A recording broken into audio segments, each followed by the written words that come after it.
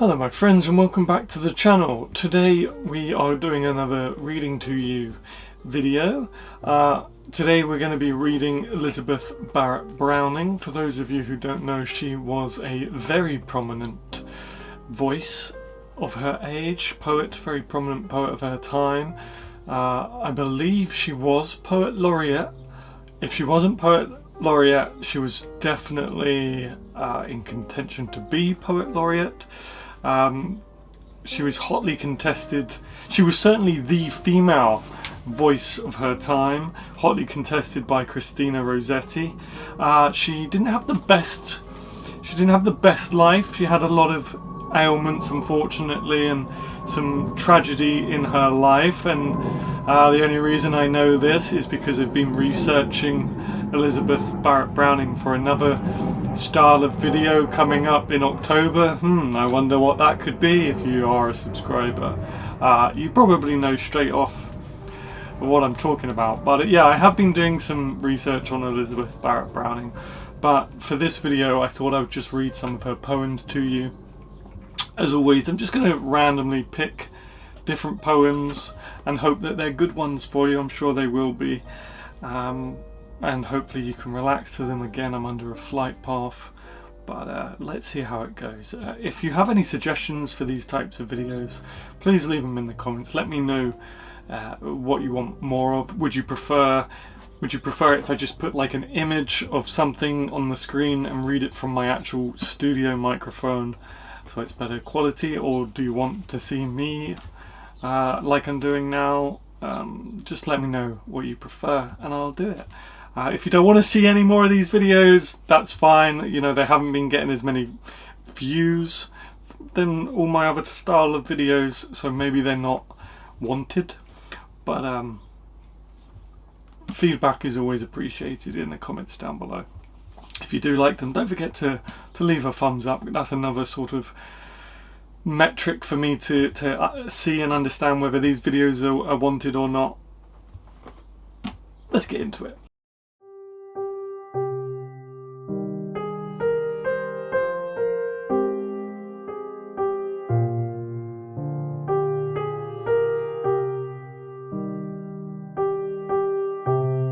Okay, first poem is...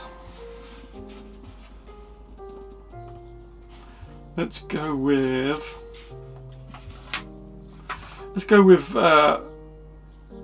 44. They've all got numbers on the top. By the way, I haven't opened this book yet. I've only been reading her biography, so... Okay, let's go with The Deadpan, because at least it has a title. The Deadpan. Gods of Hellas, can ye listen in your silence? Can your mystic voices tell us where ye hide? In floating islands, with a wind that evermore keeps you out of sight of shore? Pan is dead. In what revels are ye sunken in old Ethiopia? Have the pygmies made you drunken, bathing in mandragora your divine pale lips that shiver like the lotus in the river? Pan is dead. Do ye sit there still in slumber, in gigantic alpine rows? The black poppies out of number, nodding, dripping from your brows to the red lees of your wine, and so kept alive and fine? Pan is dead. Or lie crushed your stagnant courses where the silver spheres roll on, stung to life by centric forces thrown like rays out from the sun? While the smoke of your old altars is the shroud that round you welters? Great Pan is dead. Gods of Hellas, said the old Hellenic tongue, said the hero oaths, as well as poets' songs the sweetest sung. Have ye grown deaf in a day? Can ye speak not yea or nay, since Pan is dead?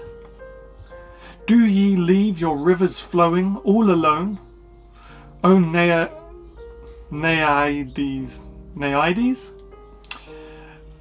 Why do these poems all have ancient Greek names that I've never heard of? While your drenched locks dry slow in this cold, feeble sun and breeze, not a word of the not a word the naiads say, though the rivers run for aye, for Pan is dead. From the gloaming of the oakwood, O ye dryads, could ye flee at the rushing thunderstroke? Would no sob tremble through the tree? Not a word the dryads say, though the forests wave for aye, for Pan is dead. Have ye left the mountain places,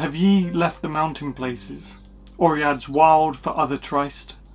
Shall we see no sudden faces strike a glory through the mist?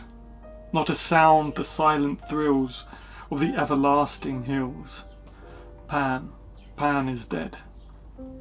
O 12 gods of Plato's vision, crowned to starry wanderings, with your chariots in procession, and your silver clash of wings, very pale ye seem to rise, ghosts of Grecian deities. Now Pan is dead. Jove, that right hand is unloaded, whence the thunder did prevail, while in idiocy of Godhead thou art staring the stars pale, and thine eagle, blind and old, ruffs his feathers in the cold. Pan is dead. Where, O Juno, is the glory of thy regal look and tread? Will they lay for evermore thee on thy dim, straight golden bed? Will thy queendom all lie hid meekly under either lid? Pan is dead. Ha! Apollo floats his golden hair all mist-like where he stands, while the muses hang, enfolding knee and foot with faint wild hands. 'Neath the clanging of thy brow, Niobe looked lost as thou. Pan is dead. Shall the casque, with its brown iron, Pallas' broad blue eyes eclipse, and no hero take inspiring from the god Greek of her lips? 'Neath her olive dost thou sit, Mars the mighty cursing it? Pan is dead.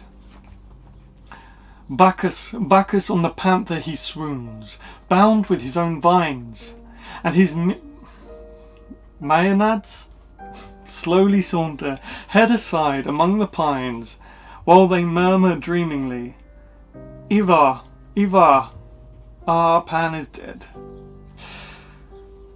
Neptune lies beside the trident, dull and senseless as a stone, and old Pluto, deaf and silent, is cast out into the sun.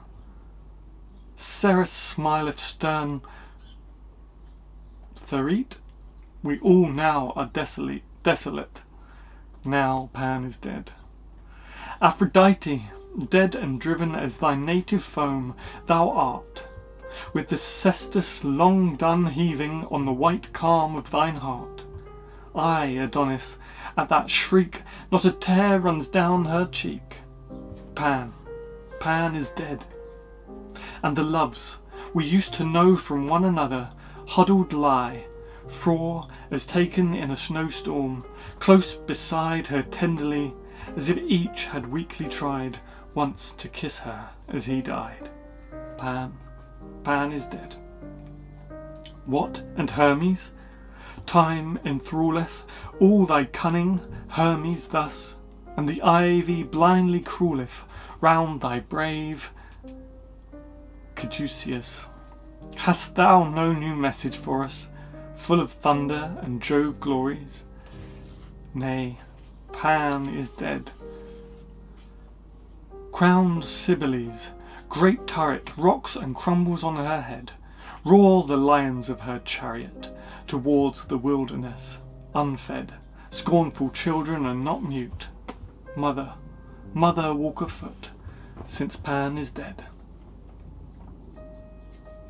In the fiery-hearted centre of the solemn universe, ancient Vesta, who could enter to consume thee with this curse? Drop thy grey chin on thy knee, O thou palsied mystery, for Pan is dead. Gods, we vainly do adjure you, Ye return no voice nor sign. Not a votary could secure you, even a grave for your divine. Not a grave, to show thereby, here these grey old gods do lie. Pan, Pan is dead.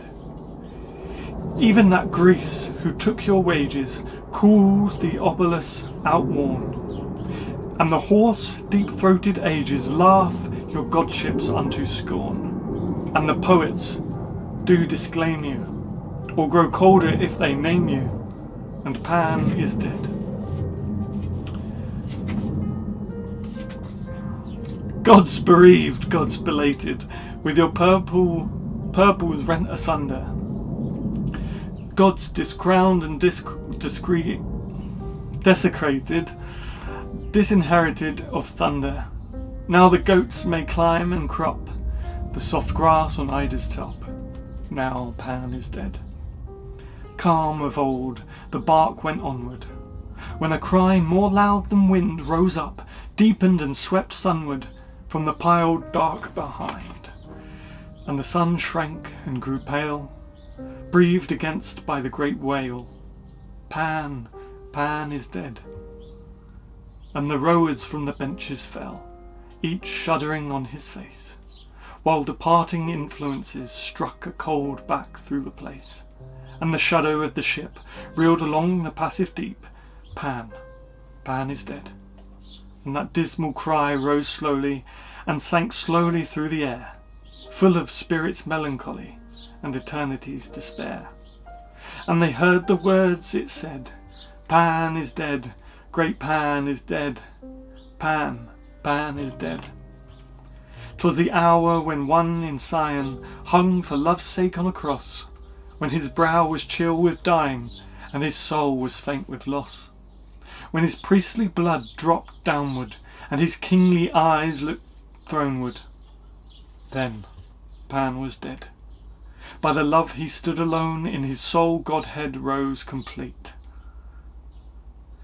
And the false gods fell down moaning, each from off his golden seat. All the false gods with a cry rendered up their deity. Pan, Pan was dead. Wailing wide across the islands, they rent, vest-like, their divine, and a darkness and a silence quenched the light of every shrine.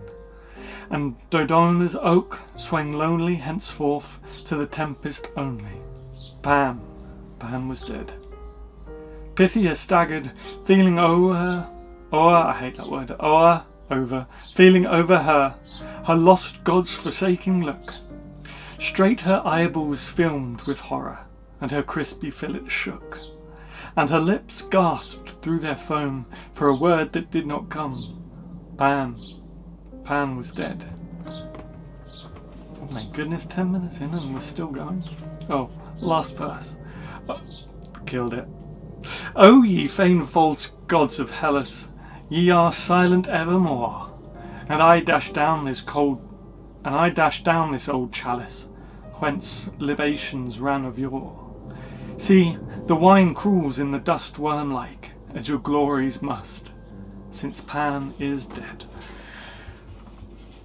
I haven't actually read any of Browning's poems, and trust me to randomly select one so long.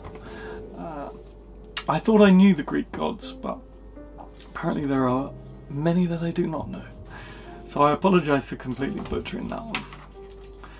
Life and love.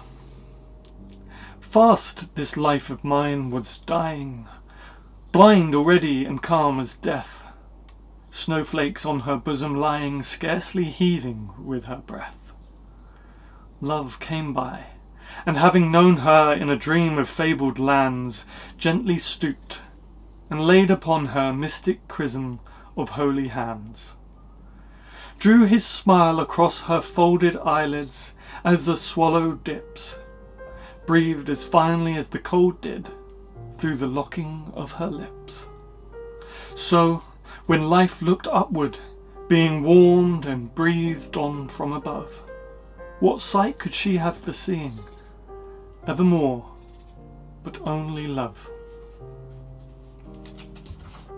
Beautiful.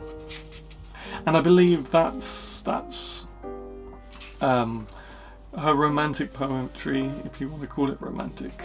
I mean, it is romantic, but it's also quite sad. But she was known for that kind of stuff. That was her style. Question and answer. Love you seek for presupposes summer heat and sunny glow. Tell me, do you find moss roses budding, blooming in the snow? Snow might kill the rose tree's root. Shake it quickly from your foot, lest it harm you as you go. From the ivy where it dapples a grey ruin stone by stone, do you look for grapes or apples, or for sad green leaves alone? Pluck the leaves off 2 or 3, keep them for morality, when you shall be safe and gone.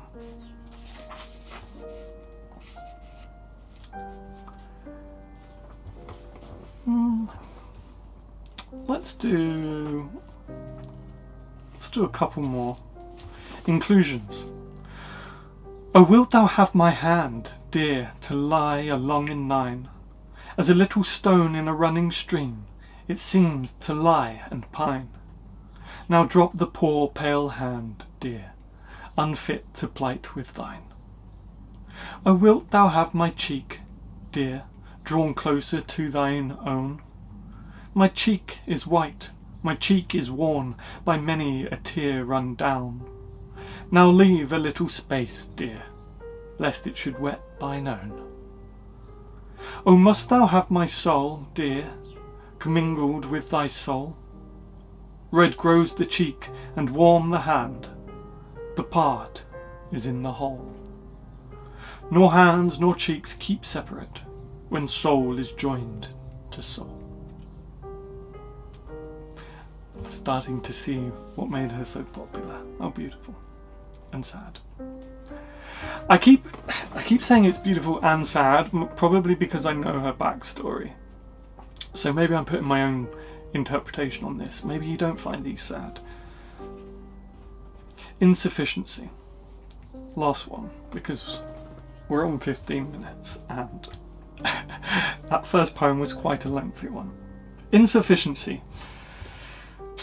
There is no one beside thee and no one above thee. Thou standest alone as the nightingale sings. And my words that would praise thee are impotent things, for none can express thee, though all should approve thee. I love thee so, dear, that I can only love thee. Say, what can I do for thee? Weary thee, grieve thee, lean on thy shoulder new burdens to add. Weep my tears over thee, making thee sad. Oh, hold me not, love me not, let me retrieve thee. I love thee so, dear, that I can only leave thee. Oh, let me give you one more. I can't remember. Let me leave you with one more, because these are quite beautiful. But I don't want to land on a long one. Okay, change upon change. 5 months ago the stream did flow. The lilies bloomed within the sedge, and we were lingering to and fro, where none will track thee in this snow, along the stream, beside the hedge. Ah, sweet, be free to love and go, for if I do not hear thy foot, the frozen river is as mute, the flowers have dried down to the root. And why, since these be changed since May, should thou change less than they? And slow, slow as the winter snow, the tears have drifted to mine eyes, and my poor cheeks, 5 months ago, set blushing as thy praises so, put paleness on for a disguise. Ah, sweet, be free to praise and go, for if my face is turned too pale, it was thine oath that first did fail. It was thy love proved false and frail, and why, since these be changed enow, should I change less than thou? Okay, one more, because these are very good. I'm very quickly becoming a fan. These are very good. A reed. I am no trumpet, but a reed. No flattering breath shall from me lead a silver sound, a hollow sound. I will not ring for priest or king one blast that in re-echoing would leave a bondsman faster bound. I am no trumpet, but a reed, a broken reed, the wind indeed left flat upon a dismal shore. Yet if a little maid or child should sigh within it, earnest mild, this reed will answer evermore. I am no trumpet, but a reed. Go, tell the fishers, as they spread their nets along the river's edge, I will not tear their nets at all, nor pierce their hands if they should fall. Then let them leave me in the sedge.